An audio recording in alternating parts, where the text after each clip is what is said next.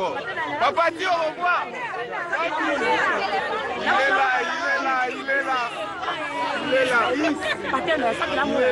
là. Le patron des patrons. Le Raïs Kabang, le président jusqu'à l'infini. Il est là, le président jusqu'à l'infini. Jusqu'à l'infini. Jusqu'à l'infini. De 0 à 0, il est toujours le président. 30 décembre 2018. Tenue des scrutins combinés qui offrent à la République démocratique du Congo une alternance pacifique et historique. Je rends hommage au président Joseph Kabila. Les pronostics ont été déjoués. C'est la réalisation d'un engagement pris il y a 18 ans par un jeune de 29 ans qui a accepté de porter la lourde destinée de plus de 80 millions de Congolais. Par son inventivité, Joseph Kabila a su libérer les énergies fécondatrices pour que les Congolais accèdent aux délices de ses richesses naturelles. À 47 ans, le Raïs quitte le pouvoir. Après un parcours difficile et complexe, parsemé d'embûches et d'incertitudes, une conviction immuable et une volonté politique inébranlable, Joseph Kabila a réunifié le pays, restauré la démocratie et formé un nouveau cadre macroéconomique.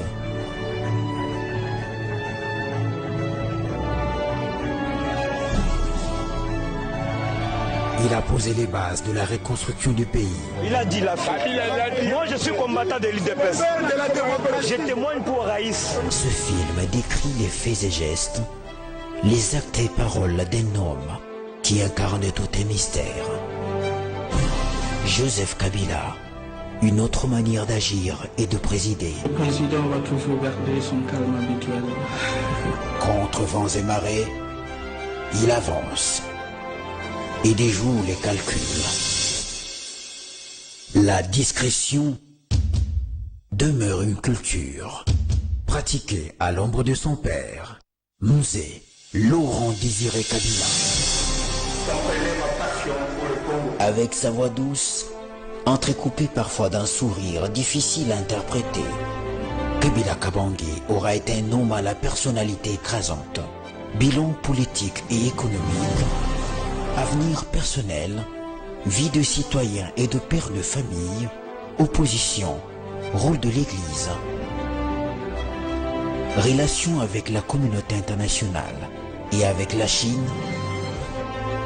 Ce film se veut révélateur et édifiant.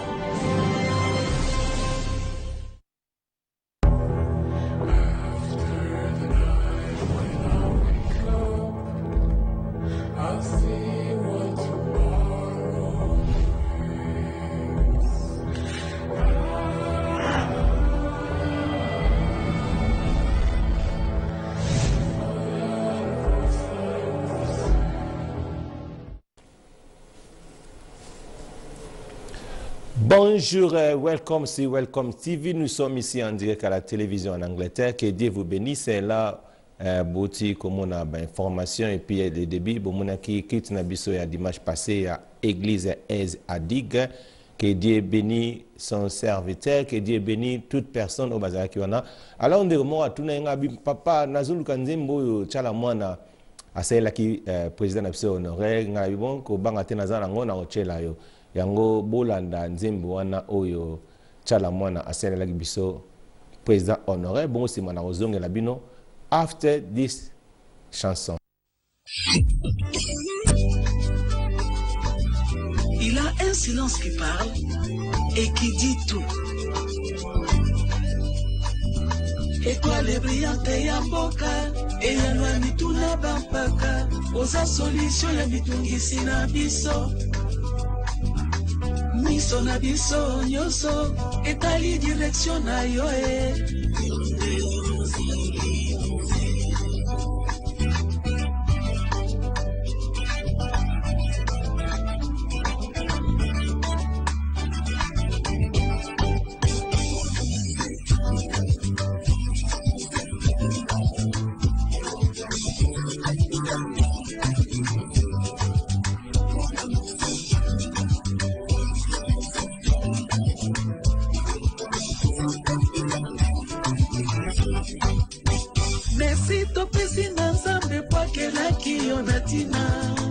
esika loko kwa zambe esika kimia ezali okwaite na moselulu ya suki mwindo rais yango otelemi na couronne ya banya suki pembe aye prevo beli kongo bololo obebise longi te oswa ya pilipili ya boko osengi maite mokusa ya kumbaku rais okosolite olongi bikila ya mboka yango okomi mzee rais oza mzee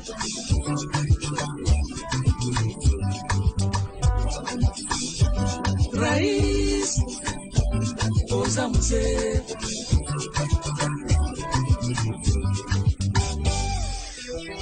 Mzee Joseph Kabila Kabange hapana sifa hapana mzee ya mama Olive Lembe Kabange gloire ya mwana multiplication ya gloire tata lokola roi Salomo gloire lekaki ya David oerite lokolo ya Laurent Joseph Obengami Mose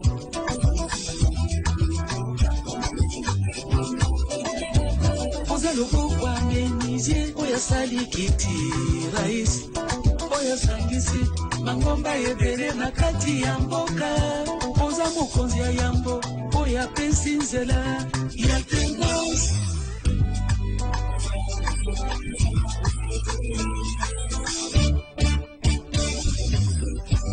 rais oza mzee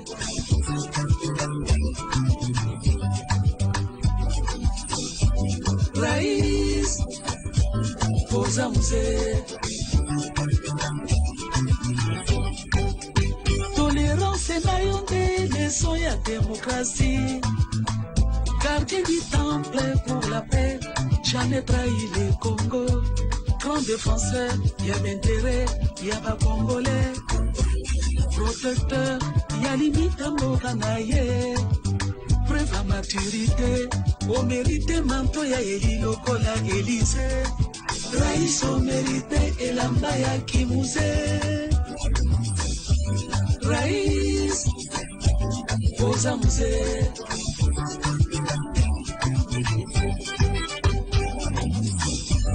rais oza mzee Musée charismatique à l'écoute des siens oza ebende inflexible rigoureux généreux Suki pembe couronne nzambe signe ya longévité otia bato nyonso d'accord kobengi yo mzee Chinarambo gloire ya mwana multiplication ya gloire tata lokola roi Salomo gloire elekaki ya David oerite lokolo ya Laurent Joseph Obengami Mose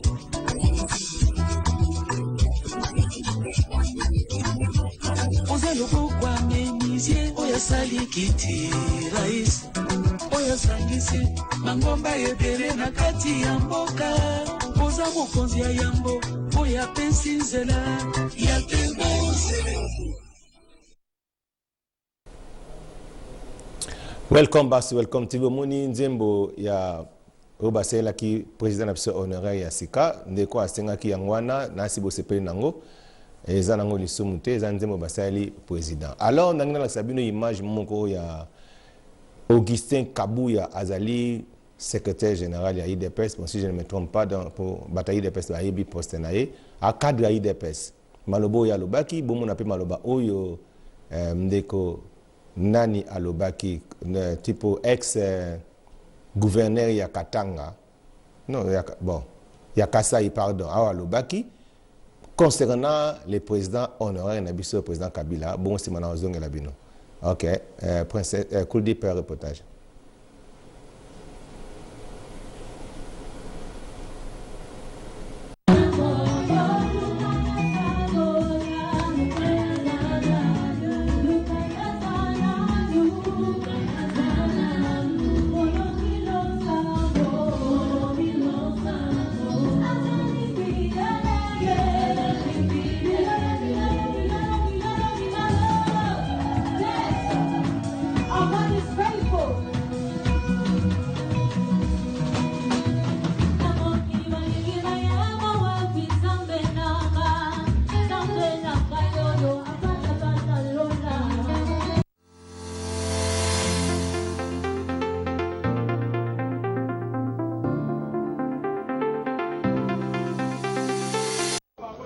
tozongela sikoyo makambo oyo elekani entre biso na ndeko Joseph Kabila.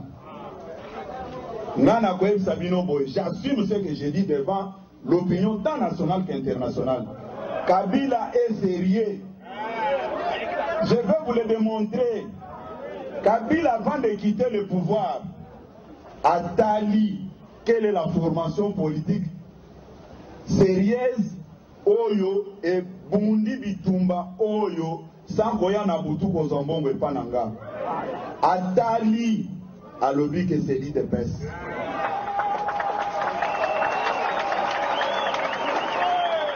Pour toute la première fois dans l'histoire de l'humanité, je dis bien que pour toute la première fois dans l'histoire de l'humanité, un militaire en fonction, puisqu'Azalaka militaire, a reconnaître que Moutouya Tiaki comme défunt a zuité à lobby papa yo Moutozui Zoma Kamounionso. Bolinga Kaza la nini lisusu. Boutoyo Kana, bon vérifier information wana. Avant Akene, Abenga état-major na nyonso mobimba. Avant d'ici bango. Ayebisi bango ke banda lelo mokonzi na bino ye oyo. Bosalanga lisusu rapport te. Mutu wana bolingi asala nini pour les croire na Babiloko ya Soloba. Et puis jour et remise et reprise na palais de la nation.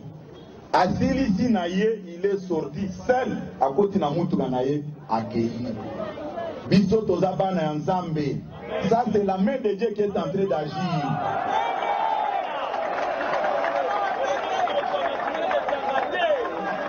Ba oyo bazo kanisa ke l'IDPS va échouer, il se trompe.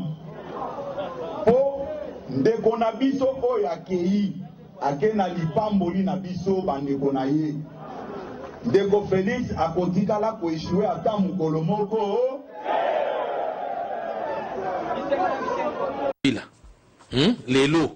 Lelo bakondana ngai époque wana pona kota na majorité présidentielle. Mais lelo bokonzi oyo tozui euti wapi? Bokonzi nini? Bokonzi oyo tozui euti wapi? Wa Félix Tshisekedi. Euti wapi? Euti pas Kabila. Ah.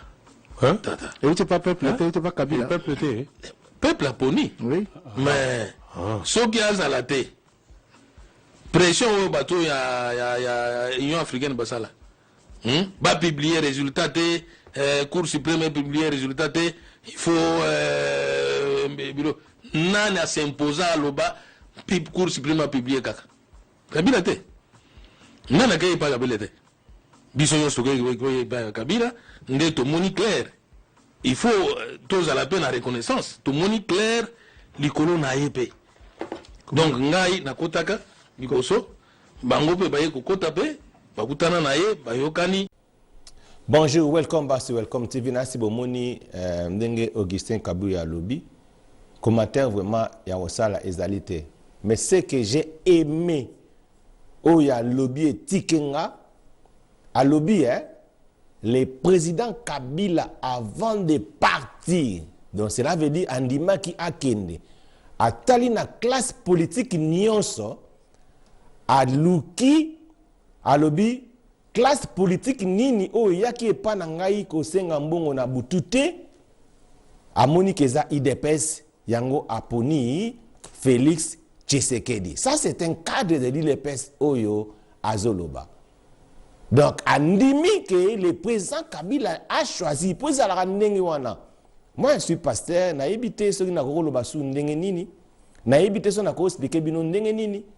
Pomoni les premiers awa na kati mboko to vandi bandeko baola nanga balingi makamu ya mboka. Voilà pourquoi nazo mixer entre l'église et maramba mboka dans politique za maramba mboka et surtout maramba biso ya président Kabila parce que nga nazala na ye.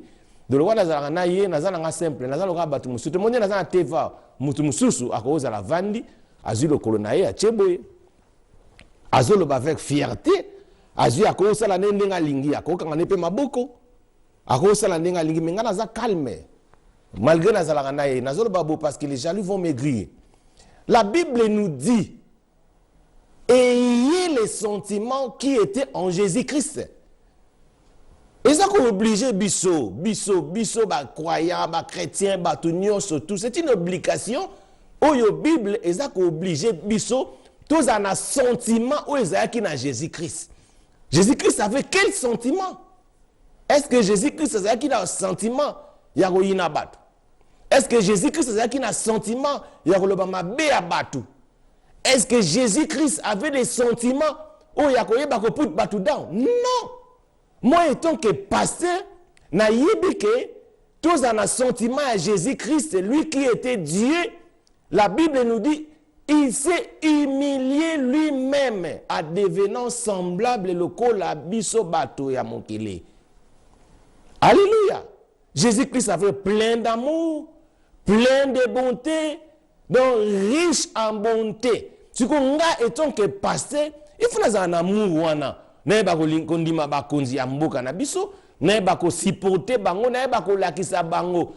Augustin Kabuya, membre ya cadre de l'IDPS, alobi bolingi nini lisusu Joseph Kabila asala pona bondi maye.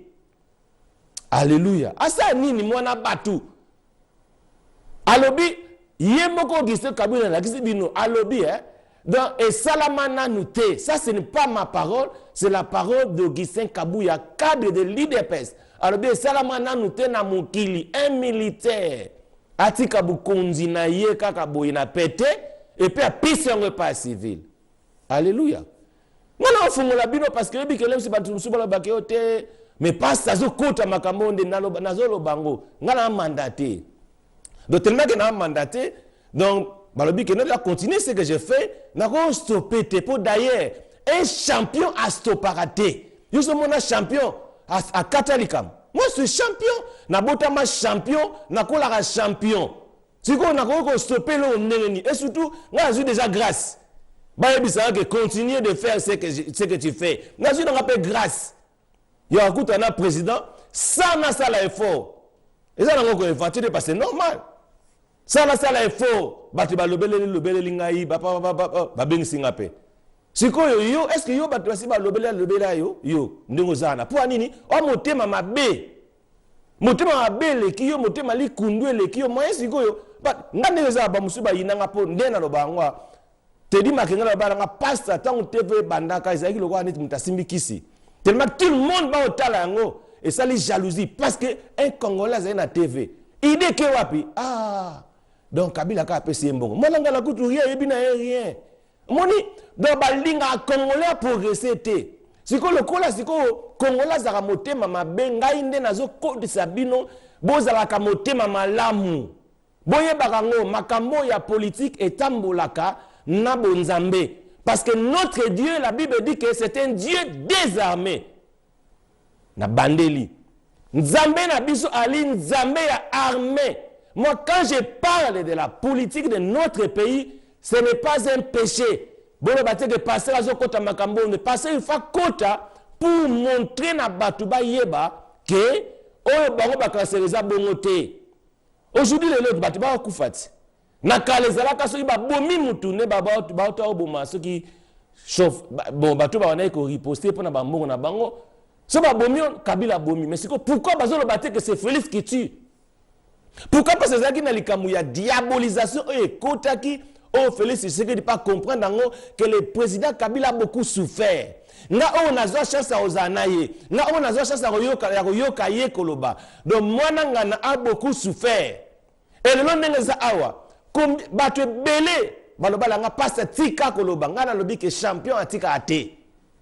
Muto naza l'avantage ya osangana te na otike la nini parce que la bina tika ka lelo ko le kaka na télévision. Bon mon na lobby ba faux combattant ba don na benga ba faux combattant ba oya ba mondolika siko na télévision ba bandi ko pesa ba fausses informations et loko yangonde e bebi sapo ba yaka ba preuve na bango alikuta aoya pena ba bandi ko kosa siko bomono yoka ye Bible bi la foi vient de ce qu'on attend tant bozo yoka bango ale siko bato ba bi vérité moye ba lobezate parce que ba betama ba otake bango bato bako yina bango mona bavandi na bango siko ngai pe Et tant que le quoi déjà n'engeza makambo nazolo bangoke, donc depuis déjà avant la fondation de ce monde, Dieu m'a déjà choisi, établi pour défendre mon pays. Alléluia. Nazareth déjà choisi. Mais voilà, mon que idée moke yakaka ngana sala makamno su ya nzambe. Même avant que na université na kimukolo ka boy, idée moke yelinga na bia na moni bat ba loba mingi donc tika peto ke to tanga classe yango to ke tanga pe théologie yango pe to mona ndenge zali. Alors tanga loba na kende ko tanga théologie, alors un frère dans l'église a utilisé ne kombo na ngai na ba student fanas na yeba te. Asenga bobola mutelma ke leki mingi bat ba ya ka no pasa pesa ngai sinelenga boy. Na jipe na ba photo ba passeport na pesa nzonga ne frère wana muyibi na église.